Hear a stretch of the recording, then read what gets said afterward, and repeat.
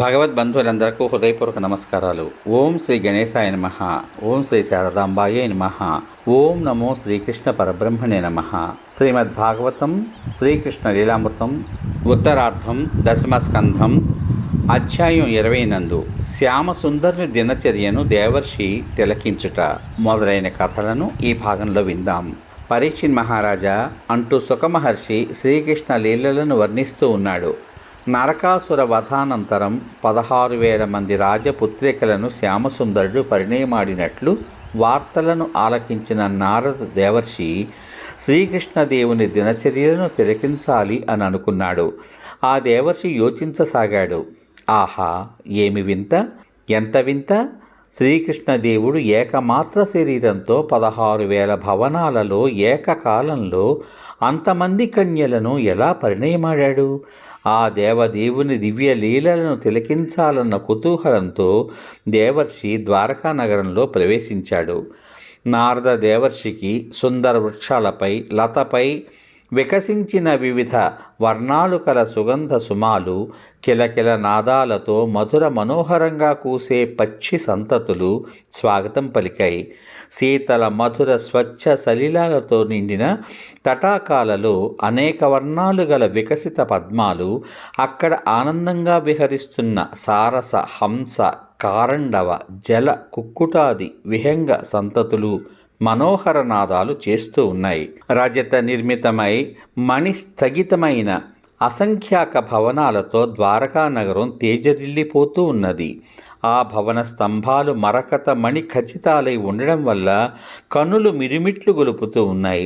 అక్కడి వస్తు సామాగ్రులన్నీ స్వర్ణరత్న నిర్మితాలే. ద్వారకలోని రాజమార్గాలు, వీధులు, వణిగ్వీధులు, శృంగాటకాలు పరిశుభ్రంగా సుందరంగా ఉన్నాయి. అశ్వ పశుశాలలు, సభాభవన దేవ మందిరాలు మూర్తీభవించిన సౌందర్య దేవతలా ఉండ ఆ నగర దేవత సగర్వంగా ఆనందంగా నవ్వుతున్నదా అన్నట్లున్నది. వీధులన్నీ పన్నీటిచే తడుపబడి ఉండడం వల్ల శీతల మంద పవనాలు జీవకోటికి హాయిని చేకూరుస్తున్నాయి. ధ్వజ పతాక తోరణాదులతో కూడిన ఆ పుణ్య నగరంలో పాపతాపాలకు స్థానం లేదు. ఆ దివ్య నగరంలో శ్రీకృష్ణదేవుని మందిరం విశేషత్వాన్ని పొందింది. సర్వజన సంసేవితుడైన శ్యామసుందరుడు నివసించే ఆ భవన నిర్మాణంలో విశ్వకర్మ తన కళాచాతుర్యాన్ని సంపూర్ణంగా ప్రదర్శించాడు. అక్కడ శ్రీకృష్ణ పత్నులైన 16,000 మంది ప్రాసాదాలు ఉన్నాయి. అందులో పెద్దదైన ఓ భవనంలో దేవర్షి నారదుడు అడుగుపెట్టాడు. వైఢూర్య ఫలకాలతో, విద్రుమ స్తంభాలతో, ఇంద్రనీల మణి స్థగిత ద్వారాలతో ఆ భవనం తేజరిల్లిపోతూ ఉన్నది. ముక్తాహారాలంకార శోభితాలై వితానాలు, గజదంత నిర్మితమై సయ్యాసనాదులు విశ్వకర్మ కళా చాతుర్యాలకు ప్రత్యక్ష ప్రమాణాలే.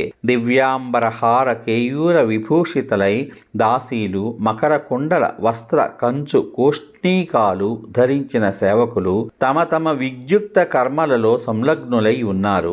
ఆ భవనంలో ప్రవేశించాలనుకున్న అంధకారం నుదుట దిద్దిన మణిదీపాలతో, అగరు సుగంధ ధూపాలతో, పురులు విప్పిన నెమ్మళ్లతో భాసిల్లుతున్న ఆ భవనం ఎవరిదో కాదు, రుక్మిణీదేవిదే. అందులో శ్యామసుందరుడు రుక్మిణీ సమేతుడై ఉన్నాడు. తన నాథునకు ఆ మహారాణి మణిమయ దండయుక్త వింజామరతో వీవన వీస్తూ ఉన్నది. ఆమెకు సేవలు చేయగల వయోశీలాదులు కల చెలికెత్తలు 1000 మంది అక్కడ నిరంతరం సేవలు చేస్తూ ఉంటారు. నిజాంతఃపురంలోకి పదార్పణ చేసిన దేవర్షికి దేవకీనందనుడు ఎదురు వెళ్లి ఆయన చేతిని తన చేతితో పట్టుకుని లోనికి తీసుకువచ్చి తల్పంపై ఆసీనుని చేశాడు. తర్వాత వినయంగా ఆ దేవర్షికి ప్రణమిల్లాడు. పరమ పావని అయిన భాగీరథి గంగయే భగవచ్చరణ స్పర్శచే పునీతమవుతున్న అట్టి వాసుదేవుడు లోకాలకే ఆదర్శమూర్తి. అందులో బ్రాహ్మణ సేవలో పరమాత్మ తనకు తానే సాటి అయి ఉంటాడు. అందులకు అతడు స్వయంగా నారద మహర్షి పాదాలను ప్రక్షాళనం చేసి ఆ పావన తీర్థాలను శిరస్సుపై శ్రద్ధగా చల్లుకున్నాడు. ఆ పురుషోత్తముడే దేవర్షిని విద్యుక్తంగా ఆరాధించి మధుర వచనాలతో దేవర్షి, మహాత్మా, యశోధర్మ జ్ఞాన వైరాగ్య సంపన్నులైన తమకు మేమెట్టి సేవలు చెయ్యాలి అంటూ దోయిలించిన హస్తాలతో నిలువగా దేవర్షి బదులు పలుకుతూ, వాసుదేవ, జగన్నాథుడవైన నువ్వు శిష్ట జన సంరక్షణ, దుష్ట జన శిక్షణార్థమే అవతరించావు. భవదీయ చరణారవింద దర్శన మాత్రంచే నేను అదృష్టశాలిని అయ్యాను. సర్వులకు నీ శ్రీచరణాలు మోక్షాన్ని ప్రసాదించగల సర్వసమర్థమైనవి. జ్ఞాన పరిపూర్ణులైన బ్రహ్మాదులు సైతం నీ పాద పద్మాలని ధ్యానిస్తూ ఉంటారు. సంసార కోపమగ్నులైన వారికి నీ చరణ కమల ధ్యానమే తరుణోపాయము. ఎక్కడ ఎట్టి స్థితిలో ఉన్నా నేను నిన్నే ధ్యానించే ఆత్మస్థైర్యాన్ని ప్రసాదించుదేవా అన్నాడు. ఆ తరువాత అతడు భగవన్ మాయను తిలకించాలని మరో రాణి మందిరానికి వెళ్ళాడు. అక్కడ శ్రీకృష్ణచంద్రుడు ఆ పత్ని ఉద్ధవులతో కలిసి జ్యోతక్రీడలో నిమగ్నమై ఉన్నాడు. అయినా దేవర్షిని దర్శించగానే లేచి గౌరవ మర్యాదలతో అతడు స్వాగతం పలికి విధి విధానంగా అర్చించాడు. పైకి ఏమీ ఎరుగని వానిలా, దేవర్షి, ఇక్కడికి ఎప్పుడు వచ్చారు? ఆత్మారాములైన మిమ్మల్ని మేమెలా సేవించాలి? దయచేసి మాకు మీ సేవాభాగ్యాన్ని ప్రసాదించండి. మా జన్మలు ధన్యమవుతాయి అన్నాడు. అదంతా చూసి చకితుడైన నారదుడు అక్కడ నుండి మరో రాణి మందిరానికి పయనించాడు. అక్కడ బృందావన చంద్రుడు చిన్న పిల్లలతో వినోదిస్తూ ఉన్నాడు.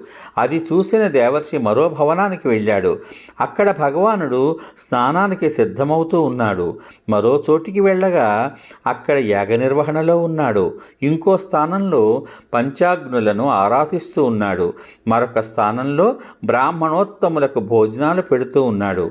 ఇంకో చోట ఏగ శేషాన్నాన్ని ఆరగిస్తూ ఉన్నాడు.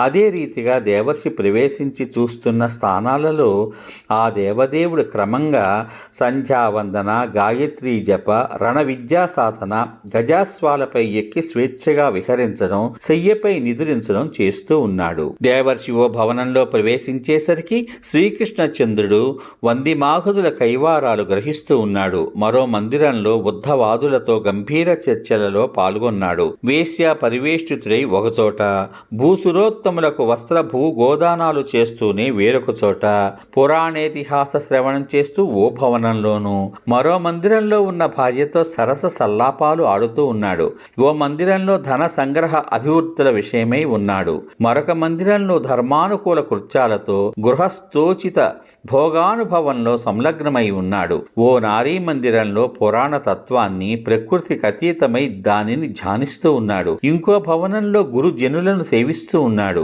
యుద్ధ విషయాలు ఒకచోట, సంధి వచనాలు మరొక చోట ఏకకాలంలో కొనసాగిస్తూ ఉన్నాడు. మరొక భవనంలో బలభద్రునితో కలిసి సాధు సజ్జన క్షేమార్థం చర్చలు కొనసాగిస్తూ ఉన్నాడు. తన పుత్రికలకు యోగ్యులైన వధూవరులను అన్వేషించి మహోత్సాహంతో కళ్యాణాలు చేయిస్తూ ఉన్నాడు. అత్తవారింటికి కొందరిని పంపిస్తూ ఉన్నాడు. పుట్టినింటికి కొందరిని తీసుకువస్తూ ఉన్నాడు. పరమాత్మ యొక్క ఈ మహావైభవాదులను తిలకించి సర్వులు పులకించిపోతూ ఉన్నారు. మహాయాగాలు నిర్వహిస్తూ ఉన్నాడు. సర్వజనోపయోగకరంగా వాపీకూప తటాక మఠ వనాది సత్కార్యాలు నిర్వహిస్తూ ఉన్నాడు. యాదవ వీరులతో కలిసి సైంధవాస్వాలపై ఎక్కి యజ్ఞీయ మృగాలను వేటాడుతున్నాడు.